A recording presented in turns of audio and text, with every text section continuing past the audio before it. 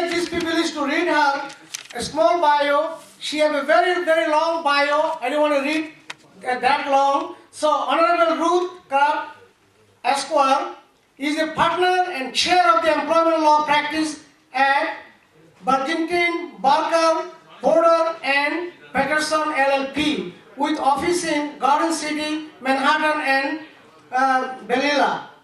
Graduate of Yale Law School and admitted to practice in New York Federal Courts and U.S. Supreme Court. A former New York State judge for 14 years, she speaks nationally on employment law issues and handles wages, hours, misclassification, and discrimination matters. So, ageo policy, she is a very, very qualified, very highly qualified legal professional, came from Yale. Not many people can get chance to the Yale. And it was my honor and privilege. She was working with me a few years before she got to the bench, and she finished the bench and came to the bar again. It is my honor and privilege to introduce our keynote speaker and voice of the voiceless, my sister and good friend, Ruth, Honorable Ruth Kraft. Thank you. I have to tell you that in my house, I'll say to my husband, the mayor posted on Facebook again today. And my husband knows that the mayor is Mohammed. Because let me tell you, there is no better or greater advocate for the community, for ethics, for doing the right thing than Mohammed. He's absolutely amazing. And you should know, my parents were immigrants. My parents survived the Holocaust and the concentration camps. So I have very strong feelings about the rights of immigrants in our society. If you remember a couple of hours ago, Mr. Rubenstein said that significantly immigrants have rights in the court system. That wasn't always the case. That resulted from a United States Supreme Court decision. But an individual who is undocumented can sue in the tribunals, in the state courts, and in the federal courts. And why is that so important in my field, in employment law? It's important because, you know, when we talk about human trafficking and people think about sex slaves, do you know that only 10% of cases involve that type of matter?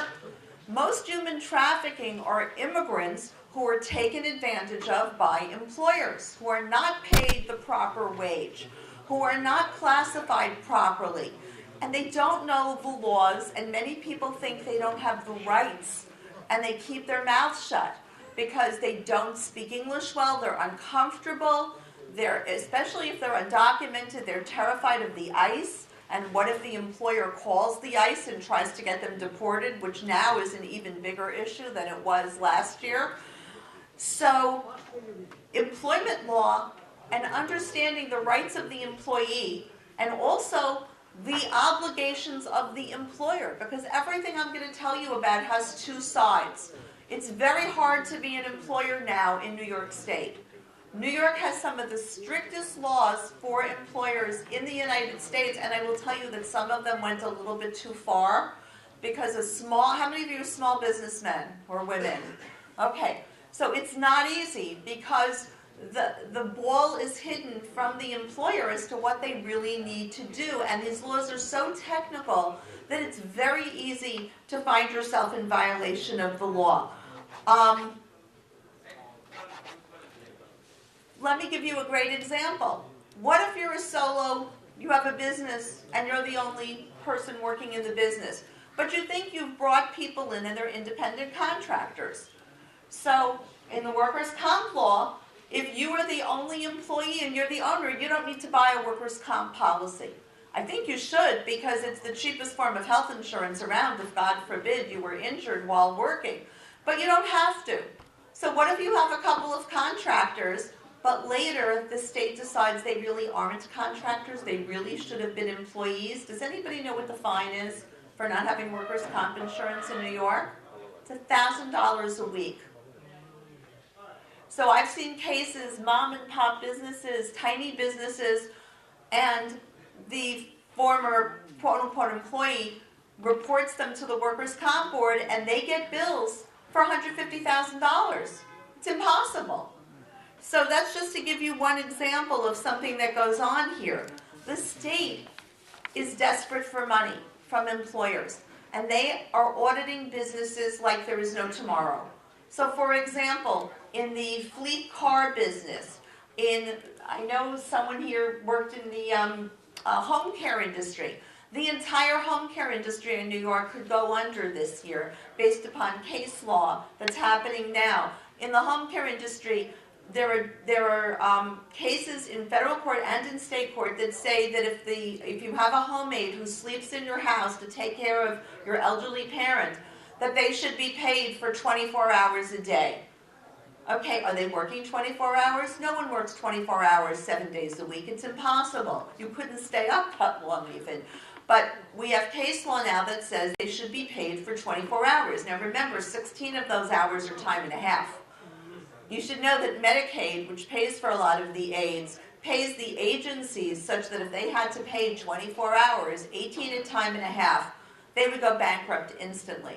And we have now cases that are before the United States Supreme Court about this. And I just spent the entire morning today dealing with asset protection for my client who owns one of the biggest home care agencies in Queens County.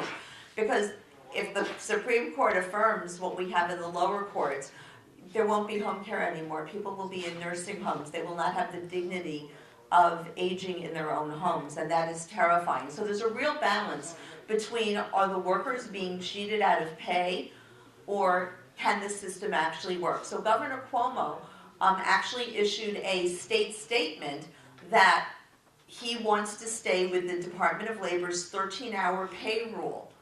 Only, honestly, I'm going to tell you that that may stand up in court, and there could be very big problems. How many of you are paid by the hour? Nobody? You're not paid by the hour.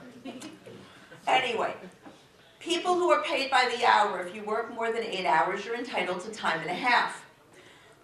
If you work more than 10, you're entitled to an extra hour of pay at the minimum wage. And I bet nobody in this room knew that.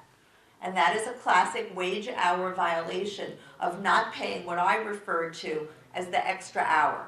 Okay, and it's at the minimum wage. Now, did you also know that we have different minimum wages, enough to drive an employer crazy? There's a federal minimum wage, but there's also a New York State minimum wage.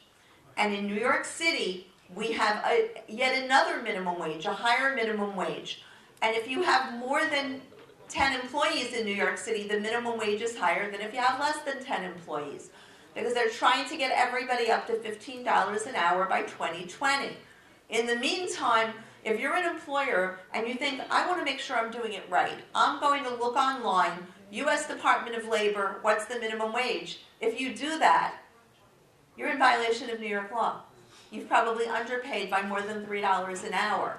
And imagine when you have time and a half, that escalates. In the federal courts, in a wage hour suit, there are what are called liquidated damages, meaning if the employer has cheated you out of time and a half, you not only get the amount to which you're entitled, it's doubled. That's called liquidation, because you're really punishing the employer for having cheated you, for not having paid properly to begin with. And that liquidation goes along with interest and lawyer's fees. And the lawyer typically in a wage hour case is entitled to 30% of the wages. Well, some plaintiffs' lawyers have gotten very greedy and signed agreements for 40% and for even 50%. So last year in the federal courts, a judge named Joanna Siebert in the Eastern District wrote a landmark decision saying, we will not tolerate greedy lawyers anymore.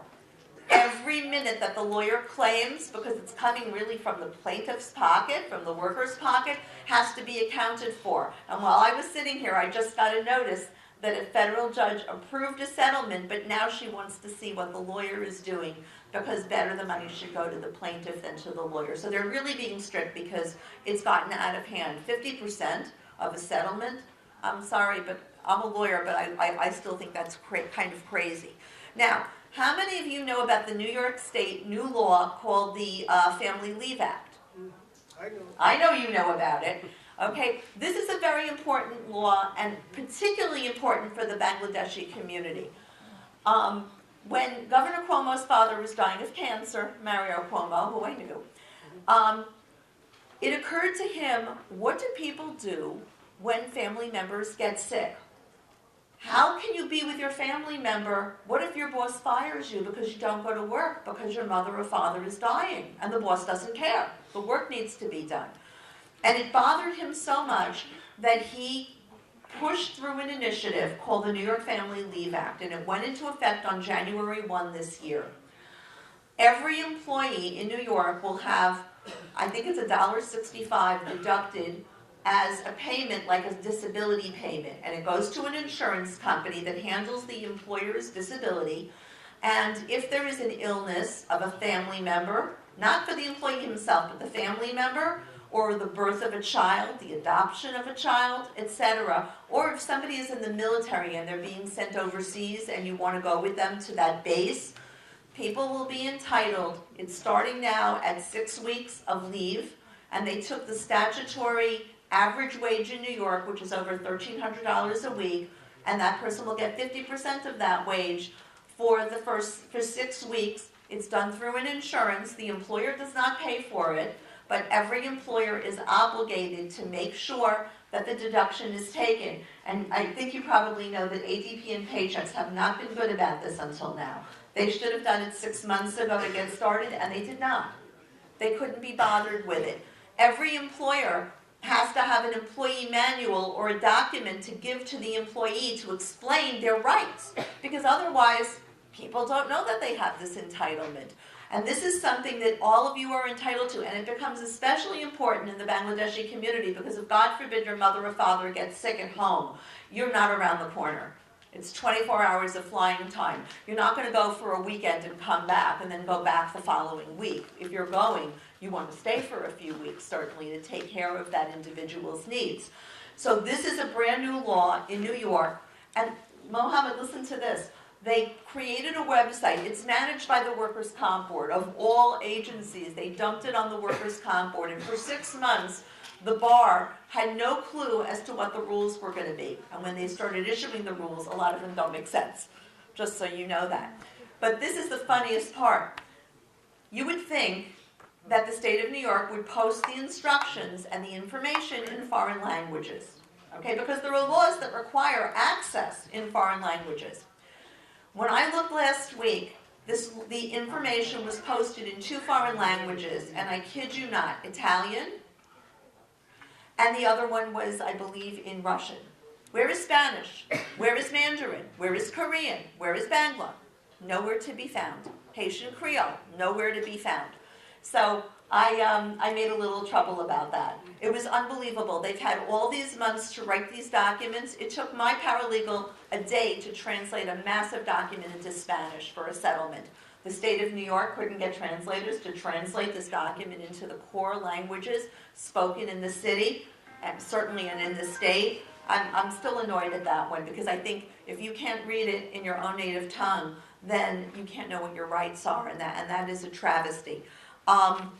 Another interesting law we have in New York City is the Sick Leave Act.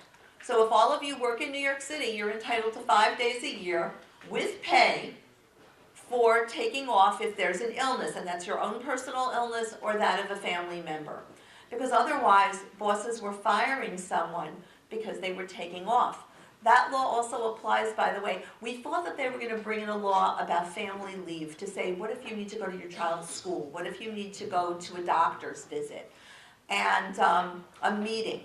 And interestingly enough, what wound up happening at the state level is Governor Cuomo took it up a notch with the Family Leave Act. The only problem with the Family Leave Act is it doesn't apply to your own illness.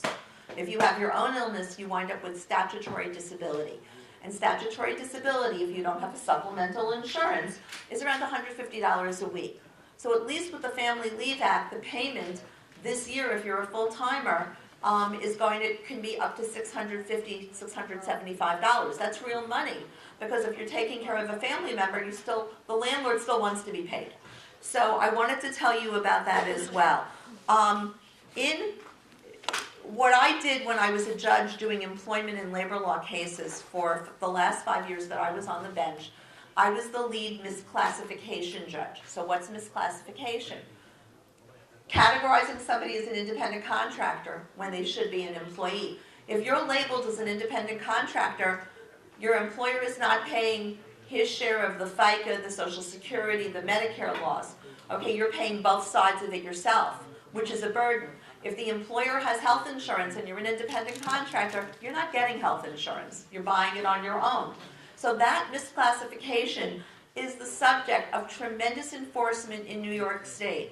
There is a hit list of industries. So I mentioned the Uber. They're on the list. The restaurants, every restaurant in New York will be audited by New York State in the next 3 years.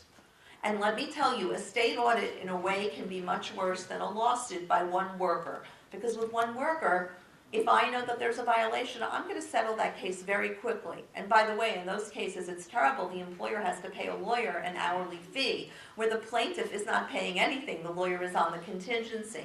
So when we have a misclassification like this, and we are in court, I can bargain. If I have another lawyer on the other side, and I have one now who's not very smart, and he's annoyed the judge by missing deadlines, I know I have the judge in my pocket. I'm going to get a good deal from my client, who in this case is an employer. But when you have a situation in which the employer is aggrieved and someone goes to the Department of Labor and says, I want to report my employer, he didn't pay me time and a half, the state will investigate every single employee of that employer. And they will not bargain. It is actually illegal for the state of New York to say to you, you owed your employers $100,000, we'll take $25,000 instead. They must be paid the full amount due, plus 25% of liquidation, plus additional fines and damages. So these cases are very, very, very expensive. Let me give you another example of where things get very crazy. In New York, the definition of what's an employee, it can be different for the workers' comp board, you heard the workers' comp attorneys, than for the labor department. The IRS has a different standard than both of them. So I could be in a situation where I look it up, and for workers' comp, perfectly fine, not an employee. But New York State Department of Labor says, oh yes, that's an employee. You can't be both. You know, you're either one or the other. But this inconsistency, this confusion, wreaks havoc on employers. It happens that in the state of Maine, they actually passed a law that it should be one standard for everybody, because otherwise it just creates too much of a mess. Also, let me say that if somebody is paid in cash, which we see a lot with undocumented workers, or they're paid on a 1099, if that employee is really an hourly worker, should be paid by the hour, and is not, and then sues the employer, let me tell you, these cases are gold for the employee. Because if the employer doesn't have records to say this is the hours he logged in, he logged out, I can prove it. If you do not have this and the employee testifies credibly and cogently, I worked from 8 in the morning until 7 at night every day. Okay? And then the coworker comes in a collective action or a class action and says that's absolutely right. And we have some documentation to prove this. The employer, if he doesn't have hourly records, which I see a lot in landscaping, I see it in people who are tipped in the restaurants where they're not signing in and out properly, the employer should just lay down and play dead because they're losing the case. Okay? And in the restaurant industry, it's almost impossible to win a case with a tipped employee. It's very, very rare. And the hard thing that the employer has is if they even want to do it the right way, the employee says, no, I want to be paid in cash, and if you don't, I'm going to sue you. And then they sue. So it's very hard to settle these cases. The 1099s are a whole species in and of themselves, and I lecture on this all the time, and I can lecture for hours. Just so you know, in New York, the labor laws are 8 volumes of law books, just for New York State. But then, it's not just federal law, state law. We have federal law. The Fair Labor Standards Act is the most notable law. Volumes upon volumes of law. We have the Age Discrimination in Employment Act. We have the Americans with Disabilities Act. I can go on and on with all these regulations, the civil rights laws certainly. By the way, people think about labor law in the federal courts as discrimination cases, harassment cases, especially now because we're reading about Me Too and women being harassed at work every minute. Do you know that 90% of the cases are actually wage hour cases because people have not been paid the proper wages? In the Eastern District of New York, this is the federal court that goes from Brooklyn, Queens, Nassau, Suffolk. 65% of the entire caseload of the federal court, wage hour cases. It's amazing. Thousands and thousands of cases. The number of cases filed in 17 was 25% more than the year before, which was 25% more than the year before that. So if you're an employer, you really have to watch out, because the likelihood of being held liable for large amounts of money is pretty substantial. But the truth is, I see these cases very often representing the management, and when I find out what the management has done and how they've handled the case, I can understand why the employee is suing, because they're right. They haven't been paid properly. They haven't been paid overtime. And again, if you misclassify and think the person isn't an employee, or you think that they're salaried and not hourly, you get into major trouble. There are only 3 ways somebody can be salaried in this country. They have to be a professional, a doctor, a lawyer, an accountant. That's called a professional exemption. The second exemption is management. So senior management of a company, the CEO, the CFO, they're salaried. And the third exemption is called administrative. Okay? Well, what's administrative? If I have an administrative assistant, is she administratively exempt? If I have clerks, paralegals, absolutely not. A paralegal is an hourly worker under the Fair Labor Standards Act. A nurse is an hourly worker. If you have a nurse in a medical practice, you can't give her a salary, unless she spends 80% of her time supervising 2 or more other employees. And in a small business, you may not have those 2 or more employees. This is the cutting edge of the law as to what the rights are. And it is very complicated because the Obama administration put in new standards literally in 17 as he was going out of office, and Trump has voided a whole bunch of them right now. And there are cases in the federal court in Texas that are being held in abeyance because Department of Labor doesn't know what it's doing at the moment. And as a result of this, the employer community is in complete state of confusion. Now, if you wonder why this is such a big deal, how many of you shop in CVS or Duane Reade or Rite Aid? Nobody raises their hands? No, all of you, right? So what these companies did, the pharmacy companies did, was they figured they had a gimmick. They made everybody an assistant manager. Unless you were a college kid working on the weekends, everyone is a manager. And they paid them a flat salary, and these people worked 60 to 80 hours a week. So in employment law, I look to the west side of the country, to California, because the wind blows from west to east. So in California, employees of Duane Reade and CVS sued as class actions for millions upon millions of dollars, claiming that they were not really managers. They were stocking the shelves. They were manning the cash register. They started winning. What happens when you start winning? Lawyers find out, and they start advertising for plaintiffs, and literally like a wave going across the country, in every state there have been class actions. This type of class action will cost that industry $1 billion. So if you go into CVS and you think they're overcharging you for toilet paper, okay, or for aspirin or anything, this is why. They literally owe $1 billion to the employees. So that's a very, very important thing for you to keep in mind. I find honestly that many employers honestly want to do the right thing, but they don't know what that is. And again, if you try to figure it out for yourself, it's a problem. I lecture to the CPA societies every year, and even then, it's so technical that a lot of CPAs have trouble with this. Now, also in New York, I want to tell you about something called the Wage Theft Prevention Act, and I know it's late. Does anybody know what this law is? How many of you get pay stubs at work? You get pay stub? The Wage Theft Prevention Act says that there must be certain information on the pay stub, including, by the way, the name and address of the employer, because some employers put the name and address on the check, and when you go to cash the check, now you don't have the employer's information anymore. And the law also requires that when you hire somebody, change their job or change their pay, you have to give them a statement saying, this is your job title, this is how much you're making, are you salaried or are you hourly? Here is the federal ID number of the business, here is the address of the business, here's the name of the owner. And that has to be signed by the employee, and it must be given in the native language. The form is available in many languages on the website. And if an employer doesn't do that, then at the end of the first week of work, you think you're making $20 an hour, You see the money is wrong. What is this? And the employer says, oh, well, I changed my mind, you're only worth 15. Illegal. But that wage theft form is to protect the employee.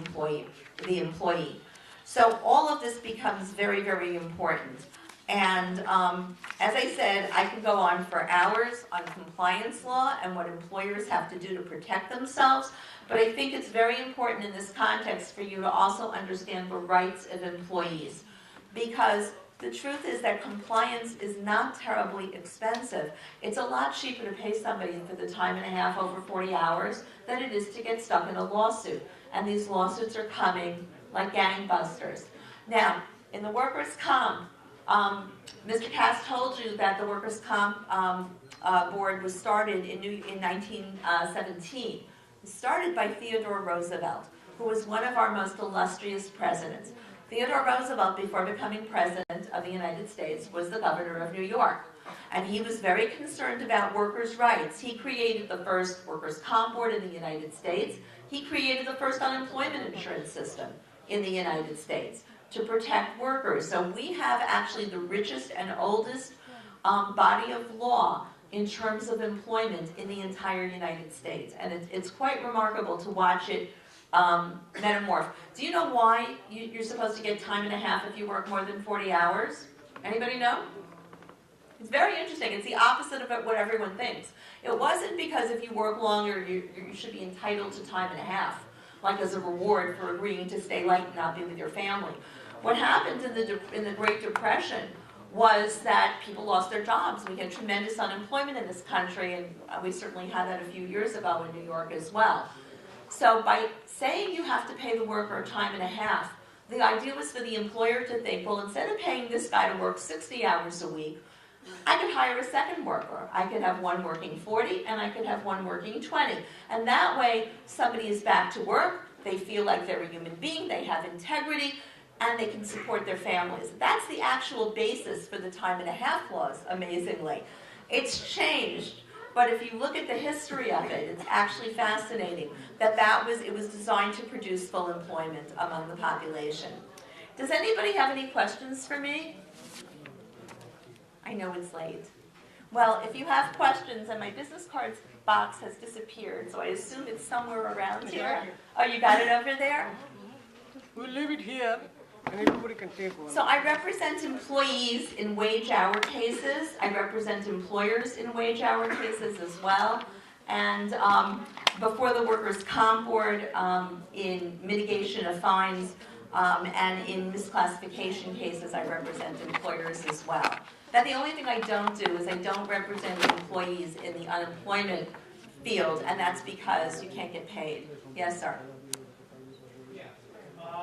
Let's suppose there is a decision made by a Ninth Circuit Court of California. Yeah, in California. Yeah. There is a judgment. Is that judgment binding on the Second Circuit? Very, very excellent question. So we have circuit courts, federal circuit courts throughout the country. The Ninth Circuit is California, Oregon, Washington. It is the most liberal of the courts in the country. Second most liberal is New York. We're in the Second Circuit, and the third is the District of Columbia Circuit. So it is not binding. Technically, you can have a circuit split. They can disagree about a variety of things. If there is a circuit split, the case has to go to the United States Supreme Court for decision. I will tell you, I read California case law every day, okay? Because I know that wind is blowing, and I want to know what they're doing and what they're thinking, because they're more innovative out there, and we tend to see interesting litigation from California. It is not binding. I reference it if I'm writing a brief in a case in federal court. Most of my litigation, my strategy is statewide, but I have clients all over the United States. I have 2 big clients in Southern California. I guess because I've been at this game now for almost 40 years. May 22nd is the 40th anniversary of my law degree from Yale. So I'm eligible to litigate cases in all of the circuits. I don't need local counsel. I just make an application. It's called pro hoc vice in Latin. and I can litigate anywhere in the country. So because of that, and because I have clients in California, Milwaukee, Wisconsin, I have clients in Florida, New Jersey, Maine, I go all over the place. Because of that, it behooves me to know how the cases are interpreted.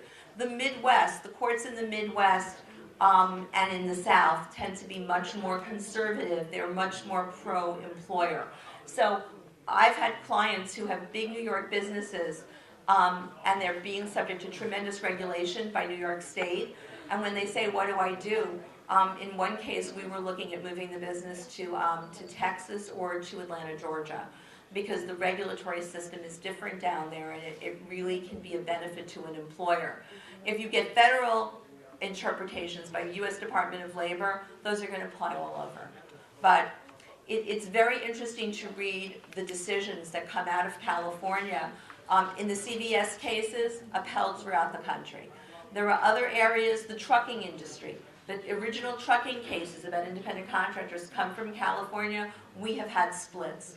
In a lot of these cases, it's not just that it's a trucker, it's the specifics of the individual business. How do they run? How much control is exercised? How much control might the employer be able to exercise? That becomes determinative. It's literally splitting hairs. So if I have a case where the employer loses, they're deemed to be the employer, not an independent contractor, I might change the contracts. I might rewrite a contract to protect my client. Just the last one. Sure. So if you happen to be the lawyer, and there is a judgment, prior judgment from, let's say, the Ninth Circuit, when you go in front of the judge, can you tell them that, hey, this is the judgment from the Ninth Circuit? Can you? Yes. What happens when you go into the federal court? The federal court is very formal, very, very proper.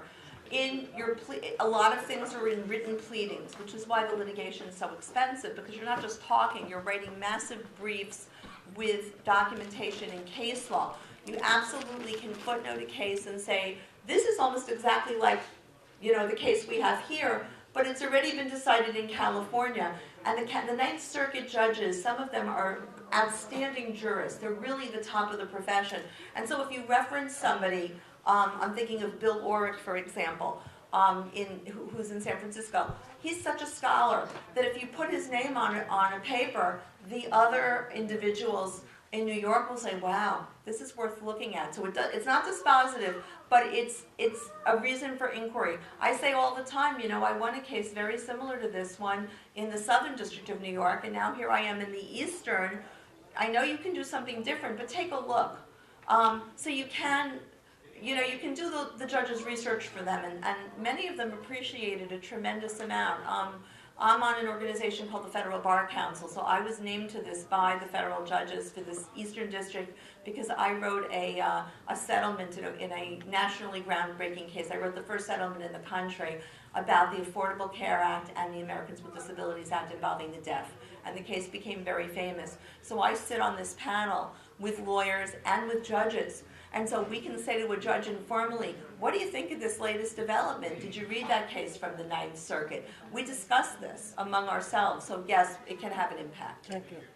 All right. So, thank you. Thank you, Judge. Thank you. Thank you so much. So we are so honored that we have a justice, nationwide recognized justice, spoke in our community. And also we have a high-profile lawyer, Sanford Robinson, spoke. We will finish already.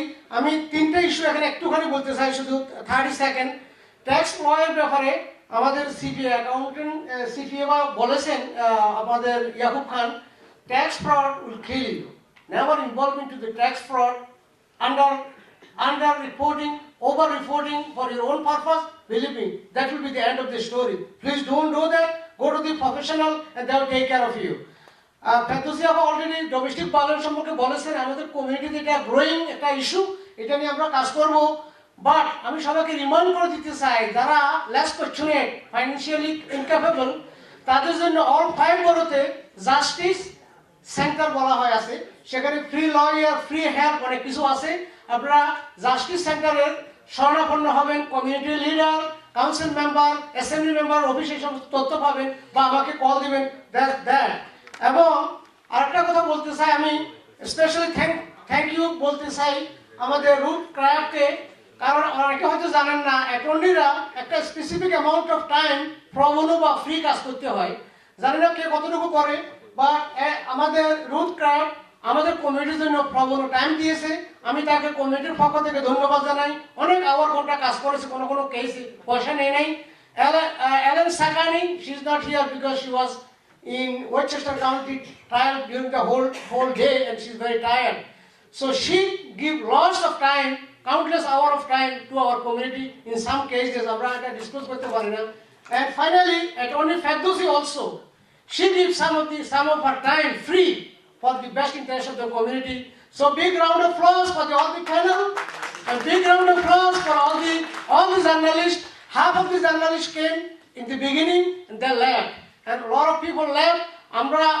আমি personally এবং আমাদের ফার্মের পক্ষ থেকে আমি সাংবাদিক ভাইদেরকে অসংখ্য ধন্যবাদ দিই, কারণ আপনাদের কারণে আমরা প্রমোটেড হই এবং আমরা দুঃখিত যে number of journalist and the newspaper agency is much bigger than the community can support. As a result, আমরা আপনাদেরকে মূল্যায়ন করতে পারি না। যদি দুইটা নিউজপেপার হইতো, we can do lot better. But fortunately বলবো, আমাদের কাছে maybe 16-20 newspaper, lots of TV channel, সবাইকে আমি মূল্যায়ন করতে পারি না। অনেক সময় অ্যাডভার্টাইজমেন্টের জন্য আপনারা আসেন, but we have our limitation as well. So thank you and good night. যারা ছবি উঠাইতে চান এখানে থাকবেন এবং যাওয়ার পথে আমাদের স্টাফেরা আপনাদেরকে খাওয়া দিয়ে দেবে। কাইন্ডলি আমাদের সামান্য লাঞ্চ নিয়ে যাবেন। সেলিম বিরানিকে অসংখ্য ধন্যবাদ for wonderful job you do for the community. Yes, come forward. আপনি যখন ফিনিশ করবেন বলবেন, আমরা চলে যাব। ফিনিশ সেলিম ভাই, you become famous, believe me. Make sure you don't charge me money. আমারটা ভুলে গেছি, উনি নতুন। ITV, Call of Peace.